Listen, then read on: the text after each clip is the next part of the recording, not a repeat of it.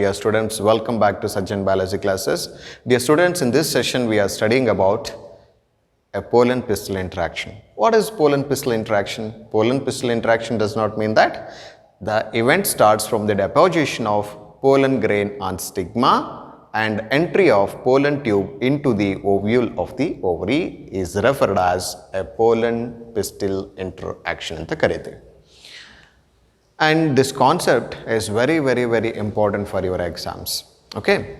ಅದರ ಜೊತೆಗೆ ನಮಗೆ ಇಂಗ್ಲೀಷಲ್ಲಿ ಒಂದು ಗಾದೆ ಮಾತಿದೆ, A picture worth for 1000 words ಅಂತ ಅಲ್ವಾ. ಬಯಾಲಜಿ ಒಳಗಡೆ ಕೆಲವೊಂದು ಕಾನ್ಸೆಪ್ಟ್ಗಳನ್ನು ಅಂಡರ್ಸ್ಟ್ಯಾಂಡ್ ಮಾಡ್ಕೊಳ್ಬೇಕಾಗಿತ್ತು ಅಂದರೆ ಡಯಾಗ್ರಾಮ್ಸ್ ಈಸ್ ಎಸೆನ್ಷಿಯಲ್. ಸೊ ಇಲ್ಲಿನೂ ಅಷ್ಟೇ ಪೋಲನ್ ಪಿಸ್ಟಿಲ್ ಇಂಟ್ರಾಕ್ಷನ್ ಕಾನ್ಸೆಪ್ಟನ್ನು ನೀವು ಈಸಿಯಾಗಿ ಅಂಡರ್ಸ್ಟ್ಯಾಂಡ್ ಮಾಡ್ಕೊಳ್ಬೇಕಾಗಿದ್ರೆ this diagrams helps you a lot. Shall we discuss then? Let us get into the concept then. So just you look at here, this is the stigma and this is the style and this is the ovary. Okay. And where on the stigma certain pollen grains they are deposited and even they are germinated. Yavag germination agutte? See, if pollen grains are compatible, the stigma receptivity it accepts and promotes the post fertilization events. If pollen grain is incompatible, so it simply rejects, does not allow the post fertilization events. Then what is compatible pollen grain and incompatible pollen grain? Compatible pollen grain ಅಂದರೆ related ಸ್ಪೀಸೀಸಿಂದ ಬಂದಿರತಕ್ಕಂಥ pollen ಗ್ರೇನ್ಗಳಿದ್ದರೆ ಮಾತ್ರ stigma receptivity open ಆಗುತ್ತೆ ಮತ್ತು post fertilisation events carry ಆಗುತ್ತೆ. ಒಂದು ವೇಳೆ unrelated ಸ್ಪೀಸೀಸ್ನ pollen ಗ್ರೇನ್ಸ್ಗಳು ಬಂದು ಸ್ಟಿಗ್ಮಾ ಮೇಲೆ ಡೆಪಾಸಿಟ್ ಆದಾಗ stigma receptivity it simply rejects and does not allow the any post fertilization events. This is what a compatible and incompatible pollen grains anta heli kariteve. Okay, let us discuss then what it happens in case of compatible pollen grain idre enagutte annodu nodona. Just you look at here, if the pollen grain is compatible, it starts to germinate and forms a pollen tube. Okay, ಯಾವಾಗ in case of compatible pollen grain, the pollen grain starts to generate or germinate the pollen tube through by the tissue of stigma, style and ovary. ಯಾವಾಗ pollen tube formation ಆಗುತ್ತೆ, ಆ pollen tubeನ ಮೂಲಕ pollen grain ಒಳಗಡೆ ಇರತಕ್ಕಂಥ ಕಂಟೆಂಟ್ಗಳನ್ನು carry ಮಾಡುತ್ತೆ. ಹಂಗಂದ್ರೆ ಏನಿದೆ pollen grain ಒಳಗಡೆ? ನಾವು ಪೋಲನ್ ಗ್ರೇನನ್ನು ಎರಡು ಥರದ ಪೋಲನ್ ಗ್ರೇನ್ಸ್ಗಳನ್ನು ನೋಡ್ಬೋದು. The one is that pollen grains which are shedding at two-celled condition and another one is that pollen grains which are shedding at a three-celled condition. What is the difference between these two things? That is very simple and please try to understand what is two-celled condition and what is three-celled condition. ಕೆಲವೊಂದು flowering plants ಒಳಗಡೆ ಏನಾಗುತ್ತೆ ಅಂದರೆ ಈ pollen grains before germination of pollen tube, if there is a 3 cells, okay, ಯಾವ್ದು ಒಂದು vegetative cell, 2 generative cell, ಅದು divide ಆಗಿಬಿಟ್ಟಿರುತ್ತೆ. ಯಾವಾಗ before the pollen germination formation ಆಗಿತ್ತಂದರೆ ಅಂಥ ಪೋಲನ್ ಗ್ರೇನನ್ನು ನಾವು 3 ಸೆಲ್ಡ್ ಕಂಡೀಷನ್ ಅಂತ ಕರಿತೇವೆ. ಹಂಗಂದ್ರೆ 2 ಸೆಲ್ಡ್ ಕಂಡೀಷನ್ ಅಂದರೆ ಯಾವುದು? ಯಾವಾಗ ಪೋಲನ್ ಗ್ರೇನ್ಸ್ಗಳು ಸ್ಟಿಗ್ಮಾ ಮೇಲೆ ಡೆಪಾಸಿಟ್ ಆಗಿ ಪೋಲನ್ ಟ್ಯೂಬು ಸ್ಟಿಗ್ಮಾದಲ್ಲಿ ಮೂಲಕ ಜನ್ರೇಟ್ ಅಥವಾ ಜರ್ಮಿನೇಟ್ ಆಗೋದಕ್ಕೆ ಸ್ಟಾರ್ಟ್ ಆಗುತ್ತೋ ಆ ಸಂದರ್ಭದಲ್ಲಿ ಜನ್ರೇಟಿವ್ ಸೆಲ್ಲು ಮೈಟಾಟಿಕ್ ಡಿವಿಷನ್ ಹೋಗಿ 2 ಮೇಲ್ ಗ್ಯಾಮೆಟ್ಸ್ಗಳನ್ನು ಪ್ರೊಡ್ಯೂಸ್ ಮಾಡುತ್ತೆ. ಇದನ್ನು ನಾವು 2 ಸೆಲ್ಡ್ ಕಂಡೀಷನ್ ಅಂತ ಕರಿತೀವಿ.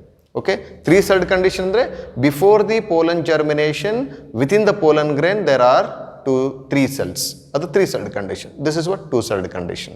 And even you can observe this diagram here, 1, 2, 3 germ pores. General ಆಗಿ 2 ರಿಂದ 3 germ pores ಗಳನ್ನು ಕಾಮನ್ ಆಗಿ ನಾವು ಪೋಲನ್ ಗ್ರೇನ್ ಅಲ್ಲಿ ನೋಡಬಹುದು. Any one of the germ pore ಮೂಲಕ ಏನಾಗುತ್ತೆ? ಪೋಲನ್ ಟ್ಯೂಬ್ ಜನರೇಟ್ ಆಗುತ್ತೆ. ಇಲ್ಲೇನೂ ಅಷ್ಟೇ, ಪೋಲನ್ ಟ್ಯೂಬ್ ಜನರೇಟ್ ಆದಮೇಲೆ it is entering in to the ovule. So while entering into the ovule, directly do not. So through by micropylar end ಮೂಲಕ enter ಆಗುತ್ತೆ. Enter ಆಗುವಾಗ ovule ಒಳಗಡೆ ಏನಿರುತ್ತೆ ಅಂದರೆ there are thick walled synergid cells ಹತ್ರ there will be a finger like projections ಇರುತ್ತೆ. ಆ finger like projections ಏನು ಮಾಡುತ್ತೆ, they are nothing but filiform apparatus ಅಂತ ಕರಿತೀವಿ. ಈ filiform apparatus it simply guides the entry of pollen tube inside the ovule. And here I told you that. So pollen pistil interaction ಅಂದರೆ ನಾವು only ಇಲ್ಲಿ interaction ನೋಡಬೇಕು ಹೊರತು fertilisation events ಅಲ್ಲ. ಯಾಕಂದರೆ ನಾನು ನಿಮ್ಗೆ ಆಲ್ರೆಡಿ ಡಿಫೈನ್ ಮಾಡಿದ್ದೀನಿ. ಪೋಲನ್ ಪಿಸ್ಟಲ್ ಇಂಟ್ರಾಕ್ಷನ್ ಅಂದರೆ ಇಷ್ಟೇ, the event starts from the deposition of pollen grains on the stigma and entry of pollen tube into the ovules of the ovary is collectively referred as a pollen pistil interaction. That's it. Okay. ಇಲ್ಲಿ ನಾವು final ಆಗಿ pollen tube ಮೈಕ್ರೋಪೈಲರ್ end ಮೂಲಕ ovule entry ಆದಾಗ ಅಲ್ಲೇನಿರುತ್ತೆ, ಸಿನರ್ಜಿಡ್ cells ಹತ್ರ ಫೈಲಿಫಾರ್ಮ್ apparatus ಇರುತ್ತೆ. ಆ ಫೈಲಿಫಾರ್ಮ್ apparatus ಏನು ಮಾಡುತ್ತೆ, it guides the entry of pollen tube in to the ovule. That's it. And even you can see here, I have written the terms here, the chalazogamy, porogamy and mesogamy anta baradidini. So what are chalazogamy, porogamy and mesogamy? When the pollen tube which pass through by chalaza, it is called chalazogamy. When pollen tube that pass through by micropylar region, it is called porogamy. When the pollen tube that is passed through by integuments, it is called a mesogamy anta karithivi. And this is what about a pollen pistil interaction. And even about this kind of pollen pistil interaction on the stigma, we can do experiments at lab. ನಿಮಗೆ ಈ ವರ್ಷ second P U ಸಿಗೆ ಯಾವಾಗ ನೀವು lab start ಮಾಡ್ತೀರಲ್ಲ, lab start ಮಾಡಿಂದ ನಿಮ್ಮ ಲ್ಯಾಬಲ್ಲಿ ನಮಗೆ pollen tube growth on stigma ಅಂತ ಒಂದು ಪ್ರಾಕ್ಟಿಕಲ್ ಬರುತ್ತೆ ಸೆಷನ್. ತುಂಬ ಇಂಟ್ರೆಸ್ಟಿಂಗ್ ಆಗಿರುತ್ತೆ. ಆ್ಯಂಡ್ ಯು ಕ್ಯಾನ್ ಸಿ, ನೀವು ಟೆಕ್ಸ್ಟ್ ಬುಕ್ ಒಳಗಡೆ ಅಬ್ಸರ್ವ್ ಮಾಡಿದಾಗ ನಿಮಗಲ್ಲಿ ಬ್ಲೂ ಲೈನ್ಸಲ್ಲಿ ಒಂದಿಷ್ಟು ಹೇರ್ ಲೈಕ್ ಸ್ಟ್ರಕ್ಚರ್ಸ್ ಕಾಣುತ್ತೆ. ಅವೆಲ್ಲ ಏನು ಅಂದರೆ A pollen tube that are emerged from tissue of the stigma into the style ಮೂಲಕ ನಾವು ಸ್ಟೈಲನ್ನು ಈ ಎಕ್ಸ್ಪೆರಿಮೆಂಟ್ ಮಾಡಿದಾಗ ನಿಮಗೆ ನೀಟಾಗಿ ಅಂಡರ್ಸ್ಟ್ಯಾಂಡ್ ಆಗುತ್ತೆ ಹೇಗೆ ಪೋಲನ್ ಗ್ರೇನ್ಸ್ಗಳೆಲ್ಲ ಜರ್ಮಿನೇಟ್ ಆಗಿ ಪೋಲನ್ ಟ್ಯೂಬ್ ಫಾರ್ಮೇಷನ್ ಮಾಡುತ್ತೆ ಅನ್ನೋದನ್ನೆಲ್ಲ ನಾವು ಅಂಡರ್ಸ್ಟ್ಯಾಂಡ್ ಮಾಡ್ಕೊಳ್ಬೋದು. We can continue with the artificial hybridization. What is artificial hybridization? It is nothing but a crossing between two different species to induce a desirable combinations in a superior variety. It is nothing but an artificial hybridization ಅಂತ ಕರಿತೀವಿ ನಾವು. ಅಂದರೆ manually we are doing an hybridization process, even natural ಆಗೂ ಆಗುತ್ತೆ. ಹಂಗಂದ್ರೆ what is artificial hybridization? To understand this artificial hybridization there are major two key terms. One is an emasculation and another one is a bagging. Two main key ಟರ್ಮ್ಸ್ನ ನೋಡ್ಬೋದು. ಹಂಗಂದ್ರೆ what is ಎಮ್ಯಾಸ್ಕ್ಯುಲೇಷನ್?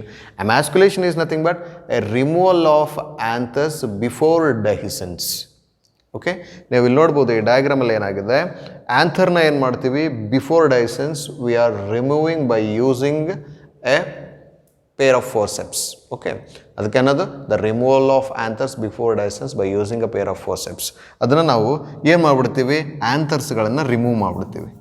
Okay, ಆ್ಯಂಥರ್ಸ್ಗಳನ್ನು remove ಮಾಡಿದ ಮೇಲೆ ಏನು ಮಾಡಿಬಿಡ್ತೀವಿ, we need to be cover this flower with a suitable plastic or a butter ಪೇಪರಿಂದ ಏನು ಮಾಡಬೇಕು, we are covering. And this is nothing but a bagging.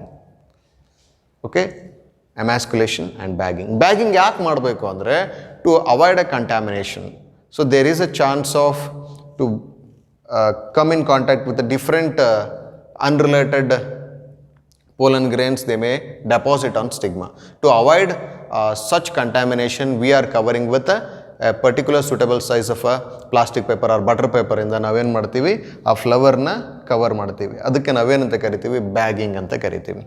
And emasculation and bagging it is only can be seen in bisexual flower. And what about an unisexual flower? Unisexual flower ಒಳಗಡೆ male ಫ್ಲವರೇ ಬೇರೆ ಇರುತ್ತೆ, female ಫ್ಲವರೇ ಬೇರೆ ಇರುತ್ತೆ. ನಾವು ಅದಕ್ಕೆ ಏನು ಮಾಡಬೇಕು, female flower ಅಂದರೆ ಏನು, ಈ ಫೀಮೇಲ್ ಫ್ಲವರ್ ಇದೆ ಅಲ್ಲ, ಇದನ್ನ ಏನು ಮಾಡಬೇಕಂದ್ರೆ ಬಿಫೋರ್ ರಿಸೆಪ್ಟಿವಿಟಿ ಈಸ್ ಅಂದರೆ before the maturation of receptivity. Okay, ಈ ರಿಸೆಪ್ಟಿವಿಟಿ ಫಾರ್ಮೇಷನ್ ಆಗೋದಕ್ಕಿಂತ ಮುಂಚೆ ಈ ಫ್ಲವರ್ನ ನಾವೇನು ಮಾಡ್ಬಿಡ್ತೀವಿ ಅಂದರೆ ಬ್ಯಾಗಿಂಗ್ ಮಾಡಿಬಿಡ್ತೀವಿ.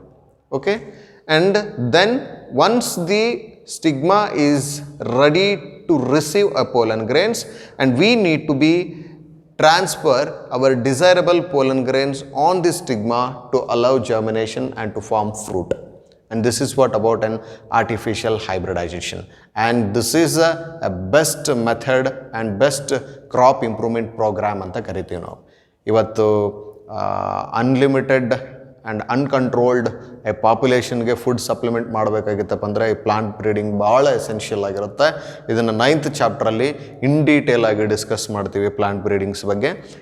ಈ ಚಾಪ್ಟ್ರಲ್ಲಿ ನಿಮಗೆ ಒಂದು ಇಂಟ್ರೊಡಕ್ಟರಿ ಪಾರ್ಟ್ ಅಂತ ಕೊಟ್ಟಿದ್ದಾನೆ, ಇಲ್ಲಿಂದ ಅಲ್ಲಿಗೆ ಕನೆಕ್ಟ್ ಆಗುತ್ತೆ connection. Okay, I am stopping the session here, and we can continue the new concept in new session. And until that, take care. And always, you please remember, study for knowledge, not for marks. Take care and bye.